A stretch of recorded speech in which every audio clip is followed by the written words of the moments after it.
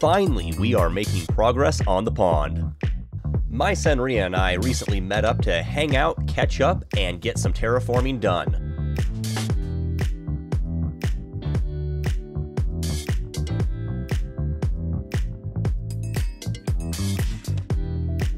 It's truly nice to see this build finally come to fruition. However, just when things are looking up, there's always something around the corner looking to humble you. Sometimes taking the path less traveled can be a rewarding and enriching experience. And then other times, well, you can end up in a lava pit, almost burning to death, and then, panicking, then remembering you have a water bucket on you and you save yourself and you think everything's okay, but then you're a big idiot who decides to fly in a cave and die. I hate Minecraft. That's like the second time in a week I have died and lost all of my gear. At least we assume I lost all of my gear.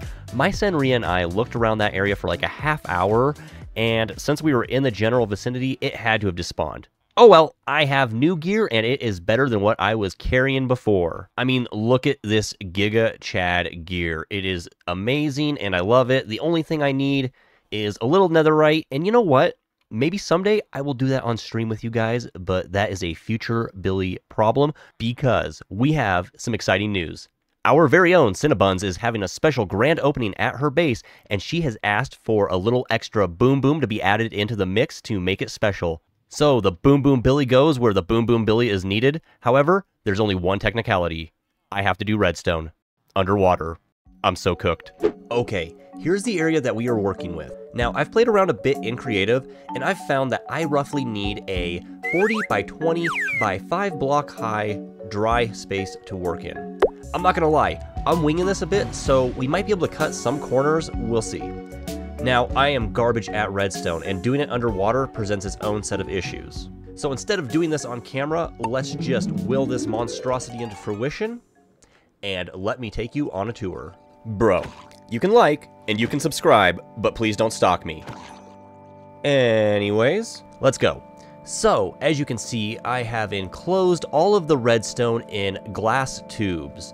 We have a total of 8 dispensers, we have 2 on each end run by observer clocks, and then we have this cluster of 4 in the middle that is on its own circuit. You might notice that we have an abundance of repeaters up here on this cluster, and that is to vary the redstone signals so the fireworks go up in different patterns, so it's not all just one big cluster. Moving on, let me show you what powers this behemoth. So if we swim through this door right here, we'll shut it just to be safe. Here lies the powerhouse of our fireworks show. Starting from the beginning, we have a lever down yonder that sends a signal all the way over to this piston, which pushes this redstone block out of the way. Once that block moves, it triggers this hopper clock, which sets off that center cluster of dispensers. At the same time, when this redstone block is moved, this line of redstone is triggered. Now these redstone paths lead to our end modules and to the observer clocks that are on the outside of our fireworks show. I don't have fireworks loaded, but let's go ahead and let's just flip the lever and let's see the redstone in action. All right, we are a go. Let's see, is it working? Yes, it is. Look at that, everything is triggering perfectly. All right, no leaks over here, and the observers are doing their thing. That's perfect. And the center module is doing good as well. The redstone signals seem to be alternating. Let's swim on in and see what it looks like on the inside. And here's the beast in action. We have our redstone block moved over, which has triggered our end modules, and look at that hopper clock in action. These are always so fun to make. I love how you can mess around with the different time by just putting in your junk items. In this case, I have 4 emeralds just being passed back and forth. But there you go. That is how you build a small underwater fireworks show. And there is one more thing that I do need to show you. So there is a special way to turn this off. So we have to go back out real quick. Hold on. So we flip the lever to turn it off, and then we go back to the power station real fast, and we push this button. And then that resets everything so we can set up future fireworks shows to be set off again. Pretty neat, right? Now let's see how our friends like the show. I tried to figure out like how tall the build was going to be, but I built the fireworks beforehand, so did all the redstone, so you might want to swim up. Long story short. There we go. Ooh. Happy grand opening. Good. Oh, Hey! Whoa! Oh my god! Oh my god! That's insane. I'm surprised they work underwater. I was Yeah, shocked I when don't I know, found that out. the water. How does fire work underwater? It works very well. This is so cute. That's so cool. Happy I was grand hoping that opening. drown would walk into them. Yeah. That's so many feathers. I am so glad that Cinnabons liked that fireworks show. And you know what? On the subject of Cinna and, you know, just the Backyardians in general, the Backyard's very own Misfit Clover, Garlic Mint, Cinnabuns, and Hi, I'm Cece were selected to participate in MCC Rising 3. I am so excited for them, and I highly encourage all of you to tune into their streams on Saturday, September 7th at 12 p.m. Pacific time to cheer them on and see them win the whole thing. Let's go, Orange Ocelots! And now, back to the pond, where, at the beginning of this episode, you might have noticed a pink sign that said push me. Let me show you how that all came to be. Oh, what? Push me. Well, it says push me. Oh. What was that? Why does it have your head? I don't know. Did I see something over here? Oh my gosh. I love the new clothes. Oh yeah, Science CC. It ate you. I'm gone. You're just gone. Wait, someone press the button while I'm standing. Hello there. Hi. Woo! Oh, don't let him out. But then we can do it again. Cece in a box. I'm being bullied. Wee. I want to go. Me, me, me. Ow, Ready? ow, wait, I'm not in place. I'm not in place. That way. All right, here you go. Woo! Ow! Whack a sinner. That was fun. Woo! Oh, ow. All right, I'm in. We could just not press the button. Yeah, I was thinking that. That's an option, I guess. Yay! Oh. You like flew and then fell. Yay! Yeah, That is fun. There you are. Yeah, it is fun. So there, now you have There you your go. own little. I game accidentally that- made too many armor stones. You can have some. Aw, thanks. And that, my friends, is how our pond got its very first CC monster. But enough's enough with the procrastination and shenanigans, no matter how fun they are. We need to put a pin in this pond and wrap things up here. So let's get this beautiful scenic build done.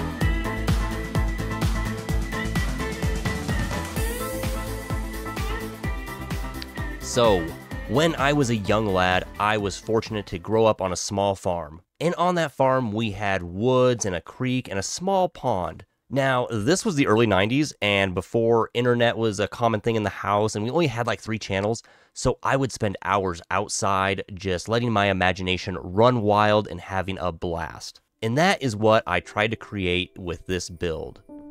So without further ado, let me introduce you to the backyard's new pond area.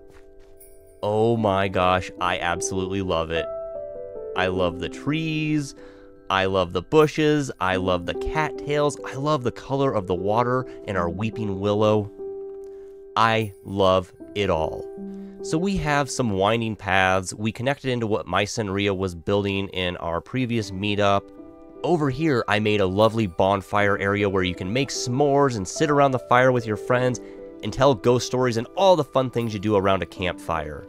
Now in the replay, you saw me lay out some paths, you saw the trees get built, and you saw a lot of the pond, but you probably didn't see me build that tent up there. Yes, that one right there with the skelly.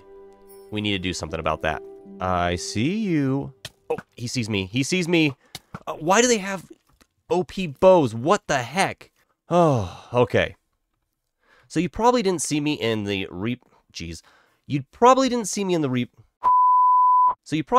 replay build this lovely tent area. And I have dubbed this Camp Cole because without Cole, this build would not have been possible. She donated so many spruce leaves, and I say donate, I gave her diamonds. But anyways, she gave me so many spruce leaves and helped keep me going when I was building these trees, and I am just ever so grateful. So, Cole, here you go. You finally have a room at the Hobbit hole, and I think you have a lovely view. I mean, seriously, look at that pond as the sun rises on a brand new day in the backyard. Glorious. But yeah, aside from that, I'm not sure what else to show you, so let's just take a quick little lap around the pond area and just take in all of the sights. Oh my gosh, those cattails are amazing. I believe it was Crispy who built those at spawn, and I had to steal that idea, so thank you, Crispy, for the inspiration. Oh man, this is so amazing and so immersive too. Like, I just feel like I'm in a whole different world than the Hobbit hole over here.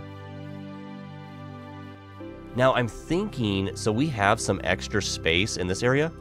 I'm thinking we'll build maybe a picnic area, not like the one up there at the tea party area, but maybe like a picnic table, and give this area kind of like a rest stop vibe in a nature area. I mean, I don't know what they're actually called, but yeah, just a picnic area. We're gonna build a picnic area. Now, one problem we have, this area is in a taiga, and we are about 150 blocks up in the mountains. So we get a lot of snow, and unfortunately, half this pond freezes. Now, I've been working out ways to prevent the freezing from happening, but you know what? I've come up empty. So I think I have a good shot for a thumbnail, and I'm just going to let the ice stay. That is not my problem. I am just going to let nature take its course. And just one more stop over here, just because we saw the campfire, but we didn't have a moment to appreciate the waterfall. This waterfall was a bit of a challenge for me to build because water physics, but I love it. I took some creative liberties and I used some mossy cobble, some regular cobble, soil, and mud just to spruce up the area. I'm leaving it kind of overgrown. Because that's what you would see in nature, but I think it looks amazing. And speaking of amazing, thank you so much for watching this video. If you haven't already, please leave a like and subscribe because it really helps the channel out, and I would just really appreciate it. And with that, I've been Billy Rants, you've been amazing, and we'll see you again real soon. Bye-bye!